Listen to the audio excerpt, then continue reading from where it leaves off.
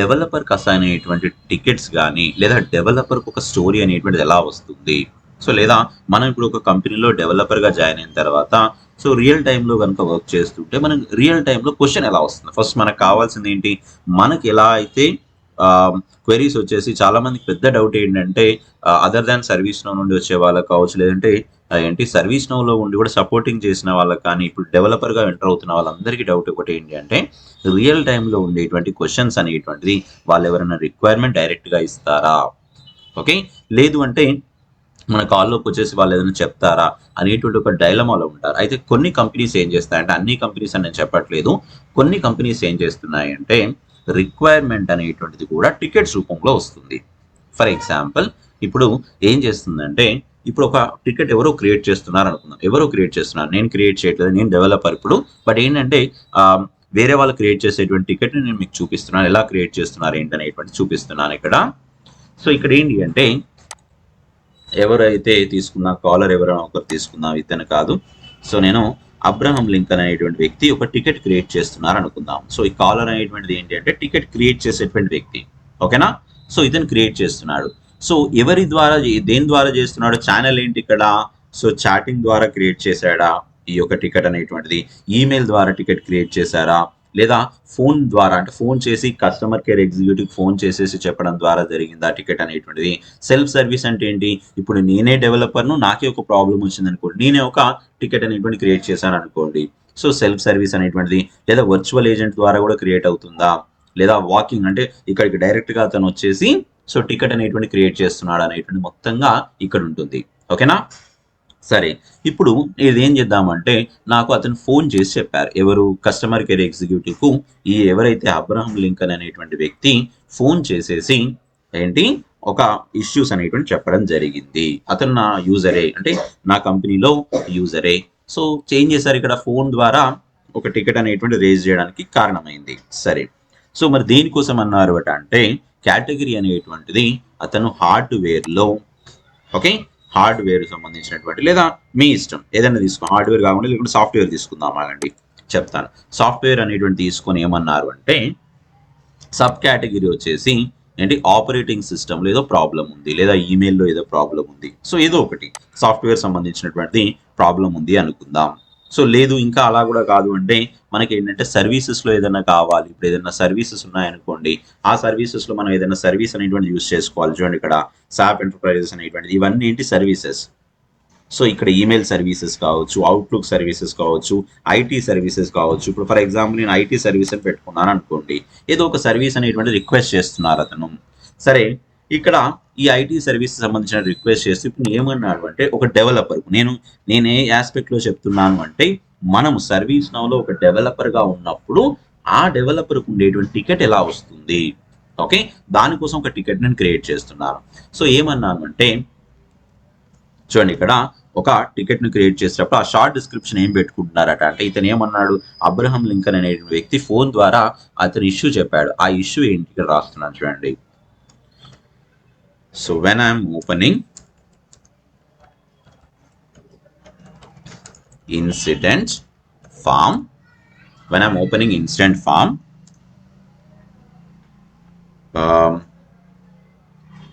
the state field value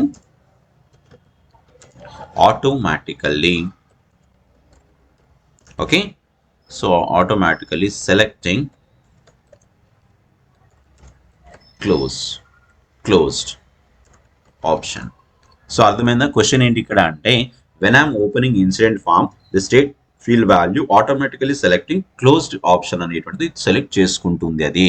so అంటే నేను just form open చేయగానే ఆ స్టేట్ ఫీల్డ్ వాల్యూ ఏమవుతుందట డైరెక్ట్గా అది క్లోజ్లోకి పడుతుందట, క్లోజ్డ్ ఆప్షన్లోకి పడుతుంది, ఓకే. సో ఇక్కడ ఇది షార్ట్ డిస్క్రిప్షన్. సో డిస్క్రిప్షన్లో మొత్తం రాస్తాడు, ఇంకా ఆయన స్టోరీ మొత్తం రాస్తాడు, ఏం చేశాను, ఎప్పుడెప్పుడు చేశాను నేను, ఏం చేశాడు మొత్తంగా రాస్తాడు. ఇప్పుడు సపోజ్ అతను ఎవరైతే ఈ అబ్రహం లింకన్ అనే వ్యక్తి సో ఇంకా డీటెయిల్గా చెప్పాలనుకున్నాడు అనుకో, ఆ క్వశ్చన్ డీటెయిల్గా చెప్పాలనుకున్నాడు, ఓకేనా. సో ఇంకా డీటెయిల్గా చెప్పాలంటే కూడా ఆ డీటెయిల్గా రాసేటువంటి దాన్ని కూడా మీకు నేను చూపిస్తాను చూడండి. ఇక్కడ ఈ డిస్క్రిప్షన్లో ఏంటంటే ఏం చేద్దామంటే ఇతను మళ్ళీ నీట్గా రాస్తున్నాను అనుకుందాం. ఫస్ట్ ఏంటంటే step 1, so step 1 open new incidents, open new incident form. So ఇది నేను ఫస్ట్ స్టెప్ 1లో నేను ఇన్సిడెంట్ ఫామ్ ఓపెన్ చేశాను. సో తర్వాత ఏమైపోయింది, స్టెప్ 2లో ఏం చేశాను అంటే, ఎవరు రాస్తున్నారు ఇవన్నీ, ఈ డీటెయిల్గా ఎవరు చెప్తున్నారు అని అంటే అబ్రహాం లింకన్ చెప్తున్నాడు. సో ఎందుకంటే అర్థం కావాలి కదా, డెవలపర్కి అర్థం కావాలి. ఓకేనా. So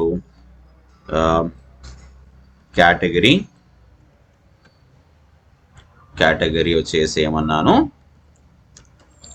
category set to software. So category అనేటువంటి సాఫ్ట్వేర్ పెట్టుకున్నాను. సో సాఫ్ట్వేర్ పెట్టుకోగానే ఏమైపోయింది అంటే, దెన్ ఐ ఫౌండ్ స్టెప్ 3 అనేసి, then I found states value became okay closed. So ఇలా అంత డీటెయిల్గా రాశాడు అనుకుందాం. ఆయన ఏం చేశారట, పని ఏం చేశారట, ఇన్సిడెంట్ ఫామ్ అనేటువంటి ఒకటి కొత్తగా ఓపెన్ చేసుకున్నాడట. తర్వాత కేటగిరీ అనేటువంటి సాఫ్ట్వేర్ పెట్టాడట. సాఫ్ట్వేర్ పెట్టగానే ఇమీడియట్గా ఏంటి, స్టేట్ అనేటువంటిది క్లోజ్కి వచ్చేసిందట. అంటే ఏదో జరుగుతుంది, బ్యాక్ ఎండ్లో ఏదో జరుగుతుంది అనే ఉద్దేశంతోనే. సో మనకు అర్థం కావాలి ఇక్కడ. ఓకేనా.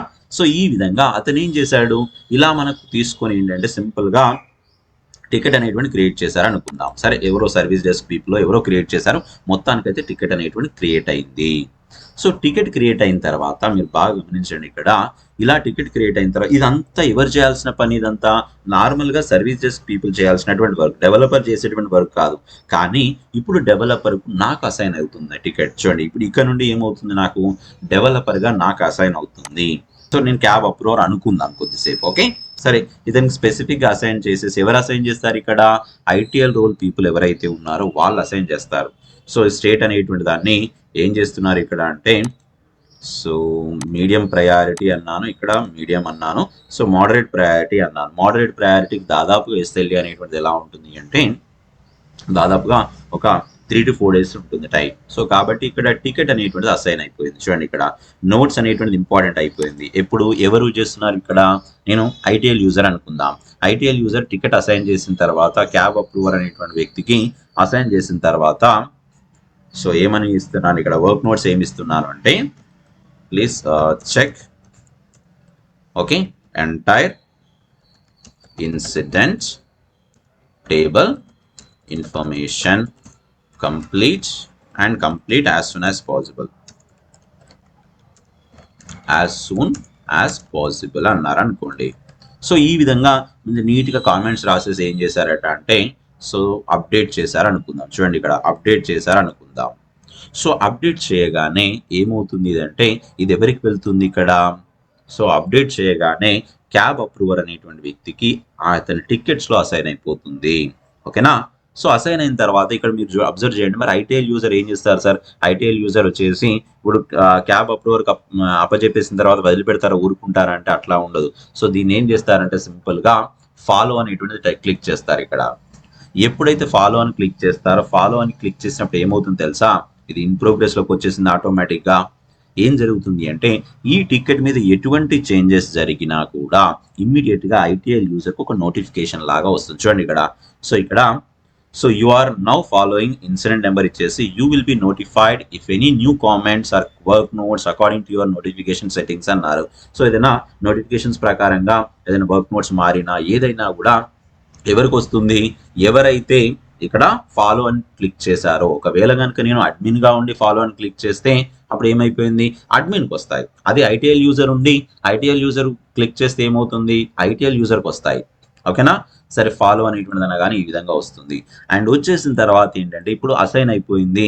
అసైన్ అయిన తర్వాత సరే ఇతను చెక్ చేసుకున్నాడు, ఇక్కడ చెక్ చేసుకొని ప్రాబ్లం చెక్ చేసుకొని ఏంటంటే, యాజ్ ఎ డెవలపర్ ఎవరైతే ఉన్నారో అతను దాన్ని రిక్వైర్మెంట్ పూర్తి చేశాడు అనుకుందాం, అంటే కంప్లీట్ చేసేసాడు. సరే, ఆ రిక్వైర్మెంట్ అనేటువంటి కంప్లీట్ అయిపోయింది. ఎవరైతే అబ్రహాం లింకన్ ఉన్నారో ఆ అబ్రహాం లింకన్కి ఏంటి, ఇక్కడ వర్క్ నోట్స్లో అప్డేట్ చేస్తూ ఉంటారు. ఓకేనా. సో అప్డేట్ చేస్తుంటారు. ఇక్కడ చూడండి, అడిషనల్ కామెంట్స్ కస్టమర్ విజిబుల్ అని చూసారా.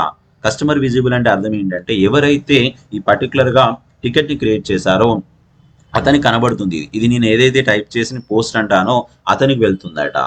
సో ఒకవేళ లేదు వర్క్ నోట్స్ అనేటువంటిది కనుక చేస్తే ఏమవుతుందంటే మీ ఎంటైర్ అప్లికేషన్ మీద అప్డేషన్స్ అనేటువంటిది ఏం జరుగుతున్నాయని చెప్పడానికి. ఫర్ ఎగ్జాంపుల్ నేను ఏం చేశానంటే ఫస్ట్ స్టేజ్ ఆఫ్ వర్క్ లోపల ఏంటంటే return one client script.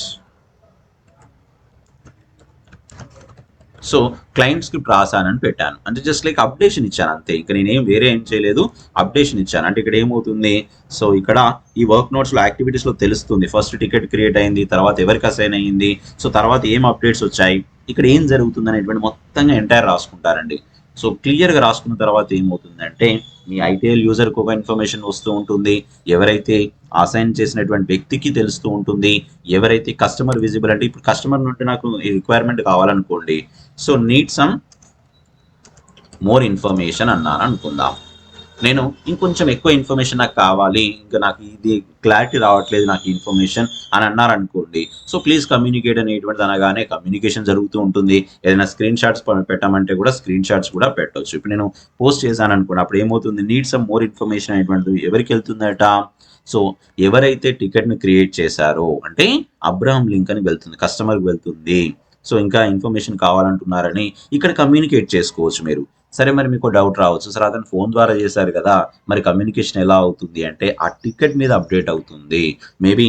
So ticket ద్వారా ఈమెయిల్ కమ్యూనికేషన్స్ అనేటువంటి చేయొచ్చు, ఈమెయిల్స్ అనేటువంటిది వెళ్ళొచ్చు. సో ఈ విధంగా కస్టమర్కి విజిబుల్ అయ్యేటట్టుగా ఈ ఫామ్ అతను ఓపెన్ చేసుకోగానే ఇతను ఆ టికెట్ అని కనుక టికెట్ నెంబర్ చెప్తారు కదా, సో టికెట్ నెంబర్ చెప్పగానే ఆ టికెట్ని ఓపెన్ చేయగానే అక్కడ క్లియర్గా అతను కనబడుతూ ఉంటుంది. ఓకేనా, ఇలా మనకు క్లియర్గా ఉంటుంది. వాచ్ లిస్ట్ అనేటువంటిది కూడా పెట్టుకోవచ్చు. వాచ్ లిస్ట్ అంటే అర్థం ఏంటంటే మనం ఇది ఏదైతే తీసుకున్నామో, సపోజ్ ఇప్పుడు నేను ఈ ఇన్సిడెంట్ టికెట్ ఉంది, ఈ ఇన్సిడెంట్ టికెట్ నా మేనేజర్ ఎవరైతే ఉన్నారో మేనేజర్ వాచ్ చేయాలి, సో ఆ మేనేజర్ని కూడా ఇక్కడ యాడ్ చేసుకుంటాను. సపోజ్ ఇప్పుడు నేను ఇక్కడ సిస్టమ్ అడ్మినిస్ట్రేటర్ని తీసుకుందాం, సో ఇతను వాచ్ చేయాలనుకోండి, సో అతను పెట్టుకోవచ్చు. అండ్ వర్క్ నోట్స్ లిస్ట్ ఏంటి, ఇప్పుడు ఇంతకుముందు మనకి ఏదైతే వర్క్ నోట్స్ అనేది తీసుకున్నామో ఆ లిస్ట్ ఏంటి, ఎవరి వర్క్ నోట్స్ ఎవరెవరు చూడాలా, ఎవరెవరు చూడకూడదు అనేటువంటి మొత్తంగా కూడా మనం ఎక్కడ పెట్టుకోవచ్చు, ఇక్కడ పెట్టుకోవచ్చు. ఓకేనా, అర్థమైంది. సో ఈ విధంగా మనకేంటి, ఎవరు మనకి టేబుల్ యొక్క అంటే మన ఈ పర్టికులర్ ఫామ్ ను చూడాలి, ఎవరు దీన్ని ప్రాసెస్ చేయాలి, ప్రతి ఒక్కటి కూడా ఇన్స్టెంట్ ఫామ్ మీదే ఉంటుంది ఇక్కడ. సరే, ఎనీవే మొత్తంగా మనకు ఏదో రకంగా దాన్ని మనం కంప్లీట్ చేసాం అనుకుందాం. సో కంప్లీట్ చేసిన తర్వాత ఈవెన్ డిస్కషన్ అనేది ఉంటుంది చూడండి, ఇక్కడ డిస్కస్ అన్నారనుకోండి, అప్పుడు డిస్కస్ అనేది ఏమవుతుంది అంటే ఇగో ఇక్కడ ఎవరితోని డిస్కస్ చేయాలా, పార్టిసిపెంట్స్ యాడ్ చేసుకోవాలి ఇక్కడ. ఓకేనా, సో పార్టిసిపేట్ యాడ్ చేసుకుని ఏంటంటే మనకైతే ప్రస్తుతానికైతే పార్టిసిపెంట్స్ అనేటువంటి ఎవరు లేరు, ఎందుకు తెలుసా, మనకి ఇచ్చినటువంటి పర్సనల్ డెవలపర్ ఇన్స్టాన్స్ కాబట్టి. సో దీన్ని అలో చేయదు, ఇక్కడ సైడ్ బార్ డిస్కషన్స్ అనేటువంటిది అలో చేయదు. జనరల్గా అయితే రియల్ టైంలోకి వెళ్ళిన తర్వాత అక్కడ రియల్ టైంలో మీకు ఆ లైసెన్సింగ్ వర్షన్ ఉంటుంది కాబట్టి అక్కడ పార్టిసిపెంట్స్ చూపిస్తుంది, అంటే యాక్టివ్లో ఉన్నటువంటి పార్టిసిపెంట్స్ ఎవరైతే ఉంటారో వాళ్ళు చూపిస్తుంది ఇక్కడ. సో వాళ్ళతో మనం ఏం చేయాలంటే స్టార్ట్ డిస్కషన్ అనగానే ఏంటంటే లైక్ చాటింగ్ లాగా. ఓకే, సో టికెట్ అనేటువంటిది ఎలా ఉంది ఏంటి, దాని యొక్క ఏంటి స్టేట్ ఏంటి అనేటువంటి మొత్తంగా డిస్కస్ చేయొచ్చు. ఫైనల్గా మనం ఏం చేసుకుంటామంటే రెజల్యూషన్ ఇచ్చాము అనుకుందాం, సరే దానికి ఆన్సర్ ఇచ్చాను, వాళ్ళకు సాటిస్ఫై అయిపోయారు, ఆ టికెట్ అనేటువంటి సాటిస్ఫై అయిపోయింది, వాళ్ళు ఎవరైతే ఆ టికెట్ నాకు అసైన్ చేశారో లేదంటే ఆ టికెట్ క్రియేట్ చేసిన వ్యక్తితో నేను కమ్యూనికేట్ అయ్యాను, వాళ్ళ ప్రాబ్లం అనేటువంటి రిజాల్వ్ అయింది అన్నారు అనుకోండి. ప్రాబ్లం రిజాల్వ్ అయింది అనగానే ఇక్కడ ఏం జరుగుతుందట అంటే మనం ఒక నాలెడ్జ్ లాగా క్రియేట్ చేసుకోవాలా దీన్ని, అంటే మనకి ఫర్దర్ ఫ్యూచర్ లోపల ఏంటి అంటే వేరే వాళ్ళకి ఎటువంటి ప్రాబ్లం వస్తే దీన్ని ఒక నాలెడ్జ్ ఆర్టికల్ లాగా క్రియేట్ చేయాలా అంటే yes I want to create knowledge article అన్నారనుకోండి, సో క్లిక్ చేయండి. ఓకేనా, సో క్లిక్ చేస్తే ఏమవుతుంది అంటే ఇది ఇప్పుడు ఈ రెఫరెన్స్ తీసుకొని ఏదైతే మనకు ఉందో సేమ్ ఇంతకుముందు మనకి క్వశ్చన్ మనం టైప్ చేసిన తర్వాత ఏమైపోయింది ఇక్కడ ఏదైతే షార్ట్ డిస్క్రిప్షన్ టైప్ చేస్తున్నారో కింద రిలేటెడ్ లిస్ట్ వచ్చింది, మీరు గమనించే ఉంటారు ఇక్కడ. సో ఇక్కడ రిలేటెడ్ సెర్చ్ రిజల్ట్స్ అని చూసారా, అట్లా ఈ విధంగా వచ్చింది, అంటే మనకు నాలెడ్జ్ లాగా క్రియేట్ అవుతుంది. ఇదే టికెట్ అనేటువంటిది ఏమవుతుంది ఫ్యూచర్లో వేరే వాళ్ళకు కూడా ఇటువంటి ఇష్యూస్ వచ్చినప్పుడు దీన్ని చూసుకుంటూ వాళ్ళు ఆన్సర్ చేసుకుంటారు. ఎందుకు ఎక్కడ చూస్ చేసుకుంటారని మీకు డౌట్ రావచ్చు, ఎక్కడ చూస్ చేసుకుంటారు, ఇక్కడ నోట్స్ ఉన్నాయి కదా, వర్క్ నోట్స్ ఉన్నాయి కదా, దీనిలో తెలిసిపోతుంది ఏమేమి చేశాను, నేను ఏం చేశాను, ఫస్ట్ స్క్రిప్ట్ రాశాను, ఇంకేదన్నా ఆ స్క్రిప్ట్ ఏంటో కూడా రాస్తారు ఇక్కడ. ఓకేనా, సరే ఈ విధంగా నాలెడ్జ్ అనేటువంటిది పెట్టుకున్నా, నాలెడ్జ్ లాగా క్రియేట్ కావాలన్నాను. సో రిజల్యూషన్ కోడ్ ఏంటి అంటే దీని ద్వారా రిజల్యూషన్ అయింది. ఓకే, సో ఇక్కడ మీరు అబ్జర్వ్ చేయండి, డూప్లికేట్ అని అంటే ఆల్రెడీ ఇది ఒక టికెట్ ఇంకోటి ఉంది కాబట్టి దీన్ని క్లోజ్ చేస్తున్నానండి, డూప్లికేట్ అవుతుంది కాబట్టి ఇది క్లోజ్ చేస్తున్నాను అని చెప్పొచ్చు.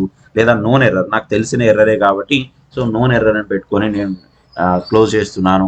నో రెజల్యూషన్ ప్రొవైడెడ్ అంటే అర్థం ఏంటి, ఈ టికెట్కి నేను ఆన్సర్ ఇవ్వలేను, అసలు ఆన్సర్ లేదు ఈ టికెట్ కొన్నట్లయితే నో రెజల్యూషన్ పెట్టుకోవచ్చు. రిజాల్వ్ బై కాలర్ రిజాల్వ్ చేసేసుకున్నారు.